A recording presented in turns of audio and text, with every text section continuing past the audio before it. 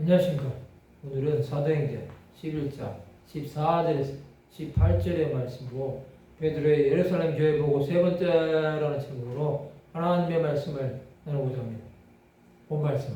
그가 너와 내 온 집이 구원받을 말씀을 내게 이르리라 함을 보았다 하거늘 내가 말을 시작할 때에 성령이 그들에게 임하시기를 처음 우리에게 하신 것과 같이 하는지라. 내가 주의 말씀에 요한은 물로 세례를 베풀었으나 너희는 성령으로 세례를 받으리라 하신 것이 생각나노라. 그런즉 하나님이 우리가 주 예수 그리스도를 믿을 때에 주신 것과 같은 선물을 그들에게도 주셨으니 내가 누구에게 하나님을 능히 맡겠느냐 하더라. 그들이 이 말을 듣고 잠잠하여 하나님께 영광을 돌려 이르되 그러면 하나님께서 이방인에게도 생명 없는 베개를 주셨도다 하니라.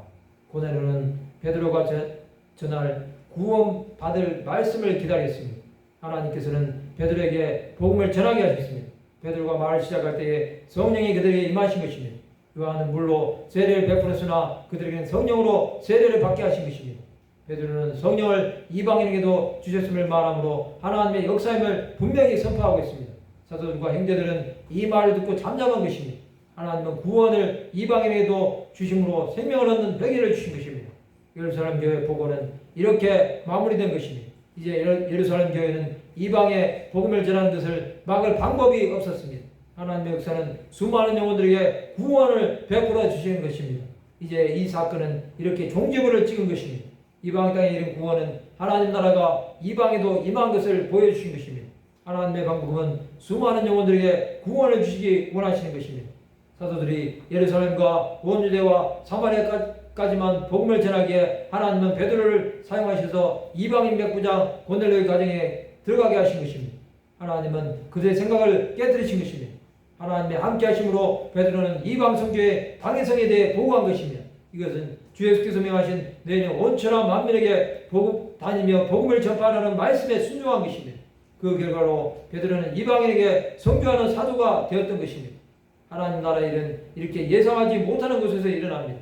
수많은 무리들이 하나님의 역사에 참여합니다. 그러나 그 뜻에 순종하는 사람들은 적습니다. 그것은 그만큼 하나님 나라의 일은 끝까지 감당하지 않으면 못하기 때문입니다. 성도 여러분, 베드로의 순종으로 이방인에게 구원이 이른 것입니다. 우리는 이방인으로 구원을 받은 자들입니다. 우리도 아직도 주를 알지 못하는 자들에게 복음을 전해야 합니다.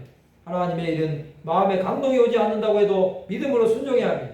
그렇지 않으면 하나님의 뜻이 이 땅에 이루어질 수 없습니다. 하나님은 우리의 구원을 위해서 독생자 예수 그리스도를 보내주셨습니다. 우리는 그것을 믿는 자들입니다. 그렇다면 주 예수께서 행하신 대로 십자가 길을 따라가는 자들이 되어야 합니다. 그렇게 할 때 하나님의 놀라운 일이 우리의 삶을 새롭게 변화시키는 능력이 됨을 보게 될 것입니다. 하나님의 영광은 우리의 믿음이 클수록 많은 자들에게 나타날 것입니다.